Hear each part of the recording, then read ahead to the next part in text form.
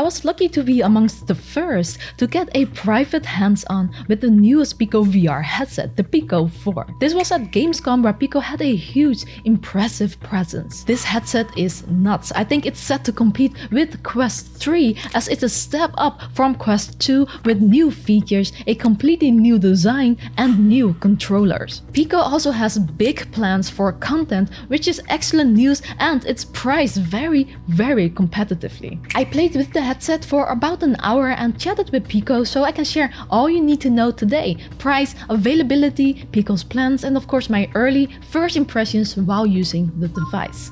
I'm Cass, and please subscribe to join us beyond reality. First, let's get an important one out of the way, the price. So, two models are coming out, the Pico 4 Basic Consumer Edition and a Pro Enterprise Edition. There have been rumors of the price being very steep, but I'm glad to tell you that the Consumer Edition of the Pico 4 will only be €429 at 128 gigs. The 256 gigs will be €499. This is crazy, as this means it's cheaper than the Quest 2, even though it's a step up. The basic model pre-order starts on September 23rd for those in the Pico Neo 3 Link Beta program. In early October, pre-orders will open for the general public in 13 European countries and major Asian markets. Shipping will start on October 18th. Unfortunately, I don't know when it's coming to the US yet, but hopefully soon. The price and release date of the Pico 4 Enterprise model will be announced at AWE in Europe, which is held around October 20th. So I could not try the Enterprise headset yet, but for now I can tell you the key differences between the two models. As rumored, the Enterprise version will have eye and face tracking while the basic model doesn't. So I guess that one is set to compete with Project Cambria, aka the Quest Pro, Meta's allegedly upcoming Enterprise headset. So of course the Pico 4 Enterprise will be sold at a higher price, and in Europe you can only buy this version as a business. Interestingly, they are going to sell this one as a consumer product in China, so hopefully more countries can do the same later on. Now, although the name suggests otherwise, the basic model is actually quite impressive. Let me show you. This is the Pico 4 basic model. It's got a nice design revamp where it's a lot less bulky than previous standalone VR headsets. The strap is integrated and is similar to how the Quest 2 Elite strap works. There are some differences. Like with previous Pico headsets, the battery is again placed in the back. This is a comfortable design choice. I'm happy Pico kept, as it almost perfectly balances the headset's weight. The strap is not replaceable, as there are cables wired in it to get to the battery and the speakers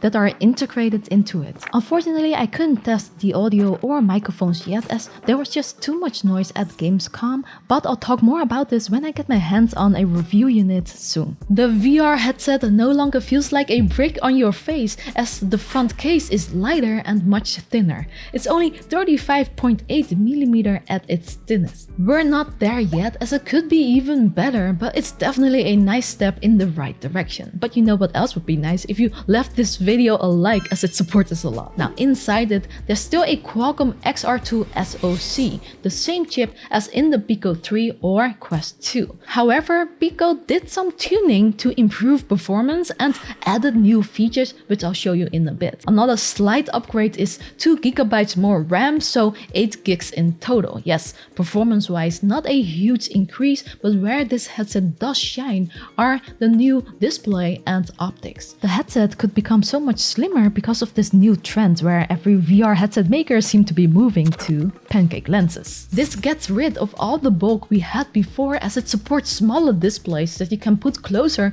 to the lenses. And they've added something novel: semi-automatic IPD adjustment. This means you can set your IPD in the software settings and the lenses will mechanically move to match your eyes. This is so much better than that clunky 3-step setting we had before. The range is slightly smaller than other headsets. I have an IPD of 60, so I'm actually out of the range.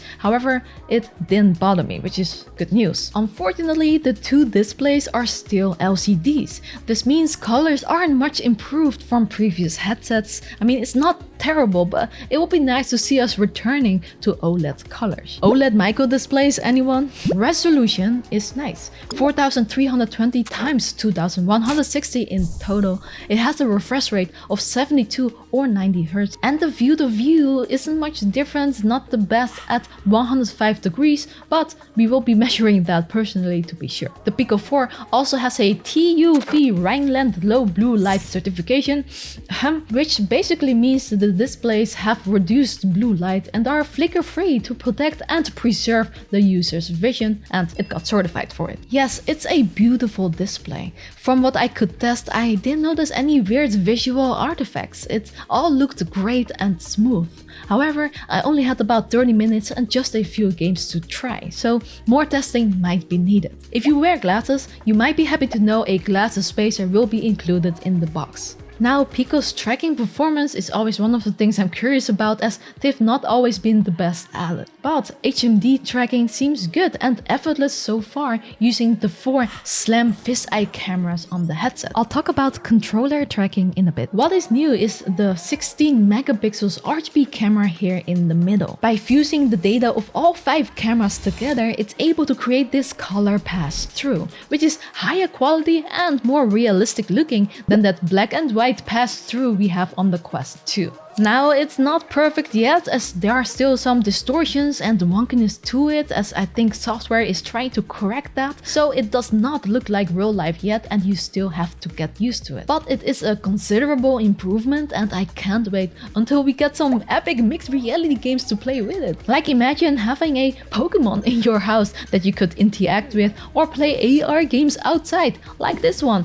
except with this headset even more is possible. The controllers also got a design overhaul. It still uses optical tracking, but the tracking ring now looks like an arc column and it's not on top anymore. It should give improved controller tracking, fewer occlusion issues, and make it easier for users to move the hands closer together. During my short time with it, I could not find many blind spots, so controller tracking improved, but take this with a pinch of salt, as the games I will typically use to test the tracking, like Beat Saber or first-person shooters where I can look down the scope to test the controller occlusion, well, those games were unavailable to me, so it kinda makes me wonder if they intentionally left that out, but I'll definitely test this out later. I did find the handle a bit short. It seems well fitted to my hands, but I have tiny hands, so you men with big hands, I wonder if it's gonna be comfy for you too. They did think of something nifty for the battery cover. When toggled,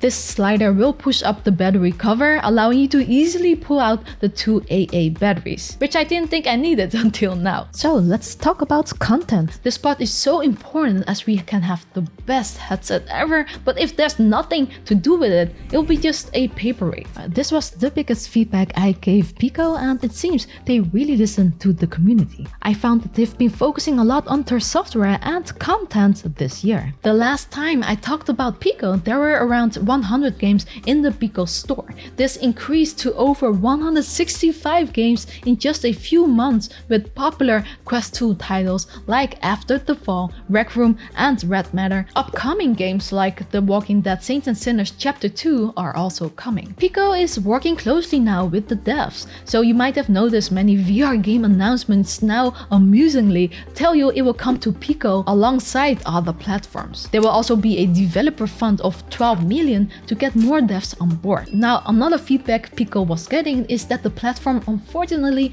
also needs exclusive titles to get people on the platform, and they seem to be working on that too. The first exclusive title is the party dance game Just Dance, which was very popular when I was still a kid. I'm not entirely sure if it's still going to be as popular now like on Beat Saber level, but it's a start, and hopefully they'll keep looking for more great partnerships. Of course, you can still play PC VR games with this headset. Unfortunately, it's not with the wired DB cable as with the Neo 3 Link. Out of the box, you can stream Steam VR games similar to Oculus Air Link or Virtual Desktop. However, since this isn't always reliable as it depends on someone's setup, Pico will sell a dedicated dongle for PC VR streaming for 49 euros. You still have to be in the same room as your PC, but this should provide reliable wireless Wi-Fi 6 streaming quality. I could not test this dongle yet, but if this works, this could be an exciting time for VR streaming, and it's rumored that Oculus is also releasing something similar. There's no sure release date yet, but they aim to release these accessories this year. It doesn't end here yet. Pico will release another accessory, the Pico Fitness Band, which is basically 2 body trackers that you can wear on your elbows, ankles, legs, or wherever else the experience needs. Pico wants to go big on VR workouts with a new fitness program that can recommend exercise plans based on your goals. It makes sense to focus on fitness because if you've ever tried VR workouts, then you know how cool it is. But these bands could be used for anything, and it's open to developers to experiment with them. So perhaps in the future, this could be used for standalone full body tracking in social VR games, which would be awesome. The fitness band costs an extra 49 euros and will include a pair of 2 trackers, wireless dongles, and a carrying case for easy transportation. It's set to release in 2023, and of course I'll review it then, so subscribe. Next to all this, Pico is releasing a big update for the headset's operating system with new user interfaces like menus and multitasking. They also got a new partnership with Wave to offer live music experiences and a new partnership with Discovery Channel to provide exclusive documentaries. Social features will be added and a new social VR game by Pico, amusingly called Pico Worlds, which I guess is a direct competitor to Horizon Worlds. It will introduce a brand new avatar system with over 80 customization options. One last feature I thought was cool is something called remote assistance. This means when you stream your VR game to a mobile device, the person on that device can actually touch anywhere on the screen, and the player in VR will see a marker in the game or experience. This will make it so much easier to introduce people to VR, or imagine using this to help a friend play a puzzle game. Now, I haven't been able to try these new software features yet. While the hardware seems great so far, what they do with the software will matter the most, so it's gonna be interesting. Stay tuned on this channel as I'll be doing a full review in October where I get to try everything. Based on the plans though, I would say Pico means serious business, and they are coming hard and strong. That's what she said. Oh my god, bad joke. But these low prices are only possible because it's probably heavily subsidized. Pico is now owned by TikTok parents ByteDance, and like Meta, they've got deep pockets. And both companies have highly questionable business practices regarding privacy, so do bear that in mind. In my opinion, if there's any company that could compete with Meta, it would be a company like ByteDance. And it's not all bad, as competition drives companies to do better to attract more customers, so hopefully in the end it will work out for the best. So what do you think about the Pico 4? Is this something you will buy, or is your hate for these kind of companies bigger? Let me know in the comments below, and if you have any questions about this headset, of course let me know too, and I'll take it into account for my next video. Thank you so much for being here. Please like and subscribe if you haven't yet, and a special thanks to our current champions, especially these ones, and as always, tot in VR.